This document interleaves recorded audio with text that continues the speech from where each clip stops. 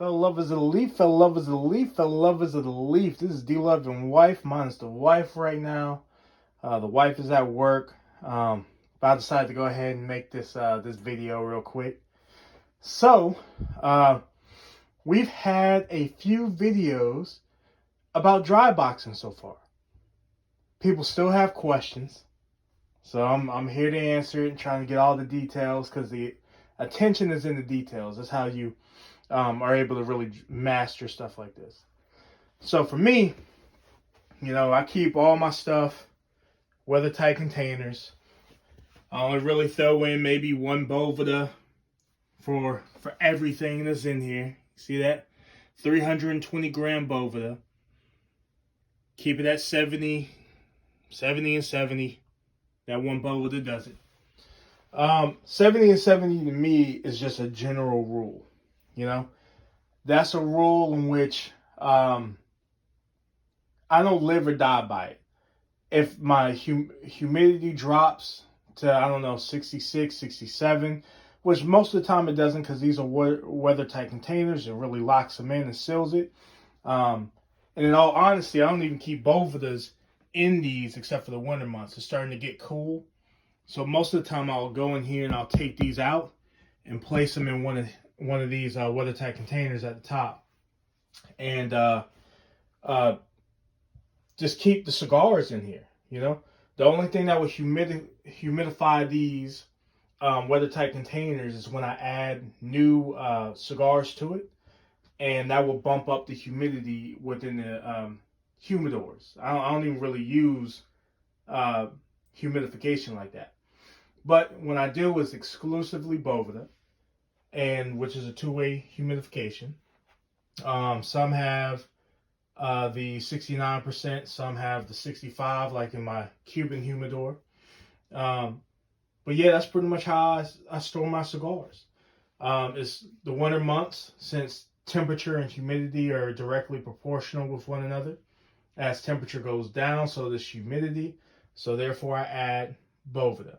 Once the humidity starts to bump up, like these are showing right here, I'll end up taking that out, placing it in one of these weather-tight containers at the top, and just forget about it. And over the course of a few months, as I open and close, of course, I'll lose a little bit of humidity. If the humidity drops too far, then I'll add Boveda again. That's kind of how I mitigate everything. All right, so going back to the dry box.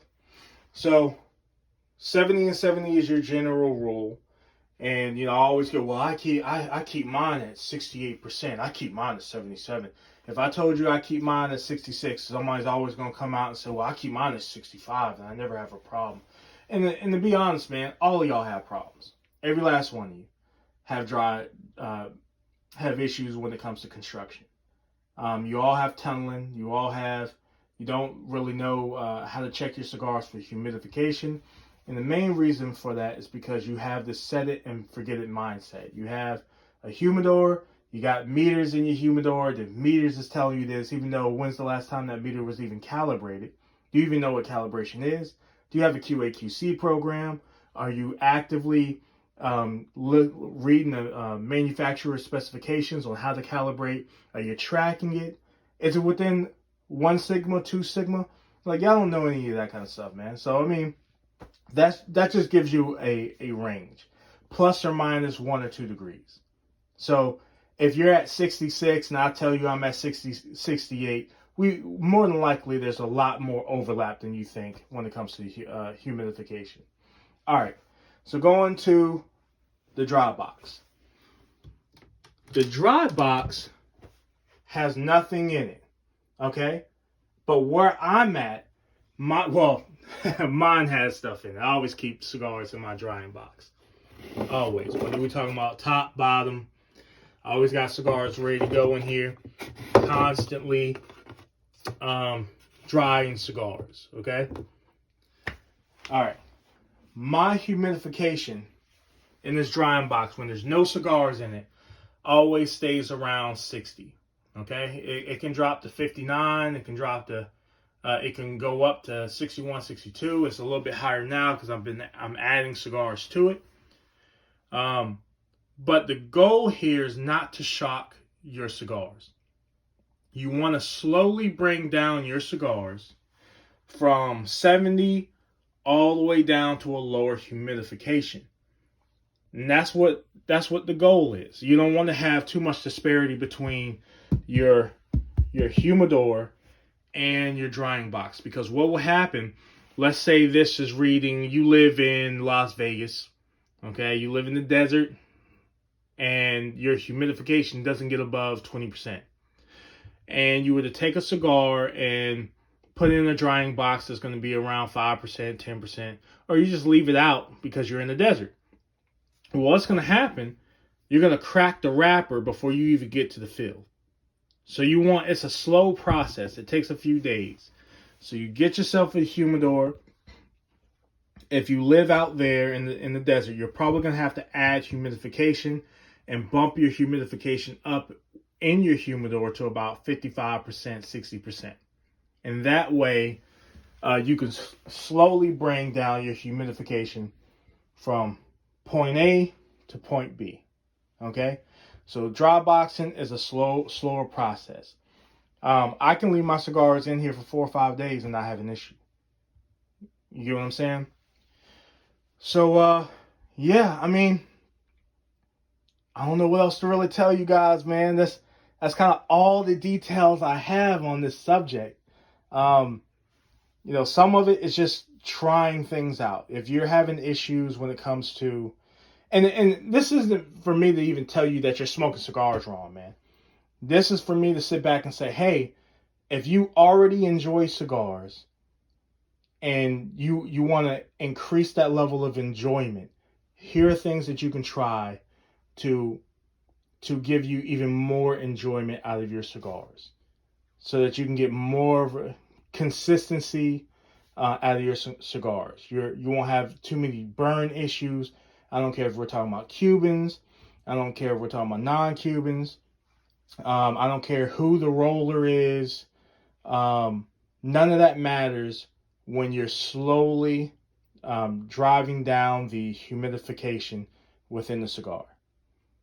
And then here's another thing. Let me see if I even have one in here. So I bought some of these lost and found. Was it 1138? Let's see. Went straight to it. 1138. Lost and found. Smoked the the Corojo, I believe. Fantastic cigar.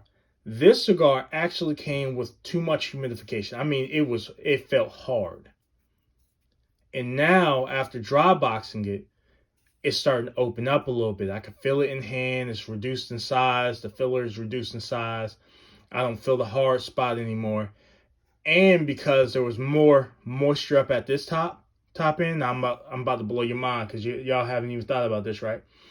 Why are you only cutting cigars right before you smoke it?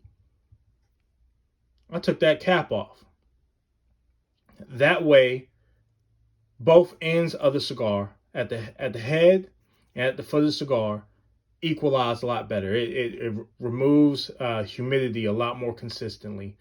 It makes the drying process a lot more uniform when it comes to the cigar. I'm not going to do this with every cigar that I get, but this one was a special case. So I was really trying to save the cigar, because I could feel it was going to have some issues if I lit this bad boy up. But yeah, some of your cigars, you're going to have to actively cut the cap off and try to dry box it and slowly bring that humidity, open up those channels. I can feel the infamous knot before I get the cigar. And I know a lot of people, they'll sit back and they'll try to find the stem that is preventing them from smoking. Most of the time, all of these cigars have stuff like that to them. But if you're not actively trying to find any issues with your cigars before you smoke them, that's on you. You're going to have construction issues a lot more often.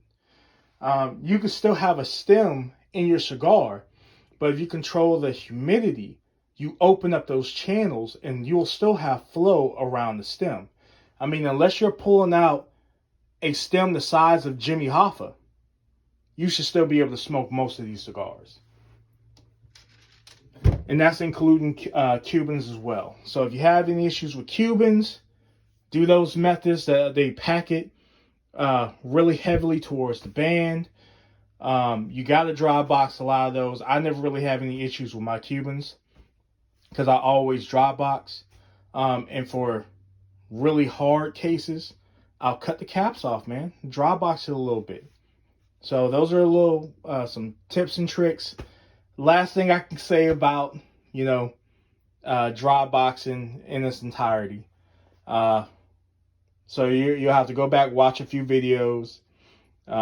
Know that the meter only gives you a range. We'll sum up everything right now. The meter only gives me a range, only tells me I'm within the window for either drying out the cigars, getting mold, or having cigar beetles. I don't rely upon my meter. I rely upon my fingertips, touching the cigars, putting it up to my ear, listening to the crackling of the wrapper, feeling below the wrapper, or pushing through the wrapper and trying to feel if the filler itself has opened up. And you can feel all this stuff with your fingertips.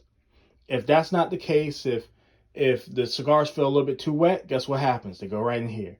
And even if the cigar feels good, I still put it in here for like a day or two. Because this is a slower process. You're not going to slow out your cigars. If I just want to be sure and put it in here for an extra day, it's not going to hurt it. So that's how I handle filling my cigars, listening to my cigars. What I believe those meters inside your humidors are actually telling you. You have to actively go into these bad boys. I used to have Cigar Oasis for each one of my humidors.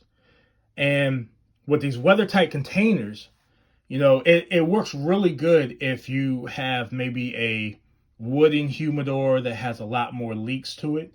These seal everything in. And so what ends up happening at the bottom of the Cigar Oasis, you have a reservoir that has moisture in it. Well, if nothing's leaking out and it doesn't have a chance to turn on that fan and kick up the humidity, well, eventually that reservoir starts to leak moisture into the humidor. And you'll start having some issues. So for me, I only do exclusively Boveda. That's all I rock with is Boveda. And I don't rock with too much Boveda. Just one 320 gram for a weather-tight container. Maybe something like this, I might have 2 in it.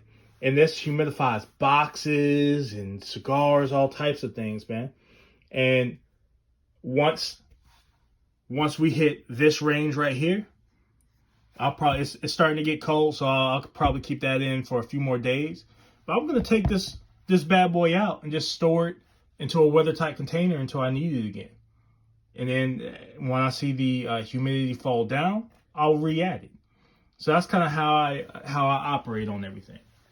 Those are my tips and tricks. Those are my tips and tricks. Hopefully this helps you guys in your smoking journey. If you have these staples, you should have a whole lot more consistency when it comes to your cigars. And that's what this channel is truly about. I'm not really a reviewer. I'm just a man that smokes cigars. I buy the same stuff over and over again. I'm not a chaser of all the new stuff too much, even though you will see cigars in here that I find interesting and buy them, but I don't really care about every new cigar that comes out, I'm on my next, how many boxes? El Oso Blanco, people slept on these. This is like my 3rd box of El Oso Blancos, not including singles. Love that cigar. I'm glad y'all are sleeping.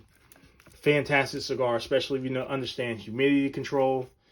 The Chinchale, love that cigar. The Nicotina, love the cigar. Of course, you already know about the Andalusian Bulls. The Principal cigars Man, I'm a real fan of Principal cigars these days. Another cigar that I really love, that I've just been smoking exclusively this year. Man, y'all don't even know about this, bro. Y'all don't even know about that. I've yet to see a review on this cigar. This cigar is probably easily, hands down, top 5. Top 5 of the year. And I might have that at number 1 or 2, to be honest. That's above the El Septimos. I mean, those are good. They're just a little bit different. Yet to see one of these. Puturo Terry Blanchet. That's up there too.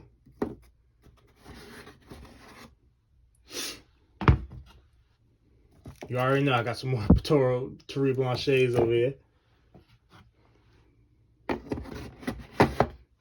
Another cigar I love, man. Y'all know how I was smoking those La Polinas. Had to load up on these Lamperts, man. These Lamperts are fire. That Family Reserve, stupid. Stupid cigar.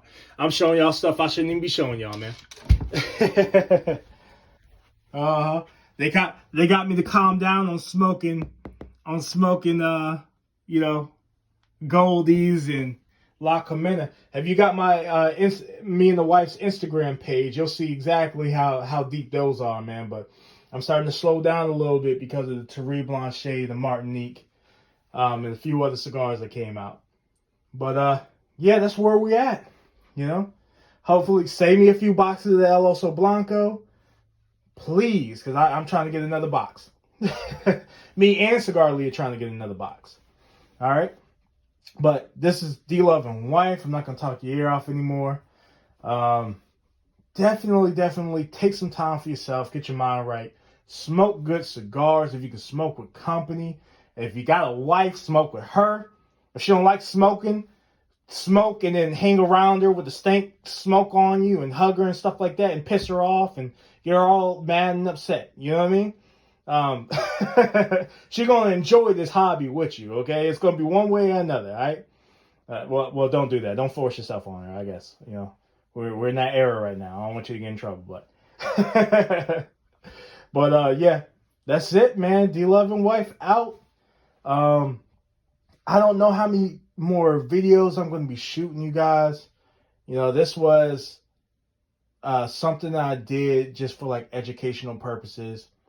Maybe it was something for, you know, me and the wife a little bit more. I don't know. We'll see where I go from here. I'm gonna keep the Instagram channel going, still going and being alive. But yeah, as far as dropping videos on YouTube, you know, this might be one of the few videos that's left, man. All right, you guys. D-Love and Wife out.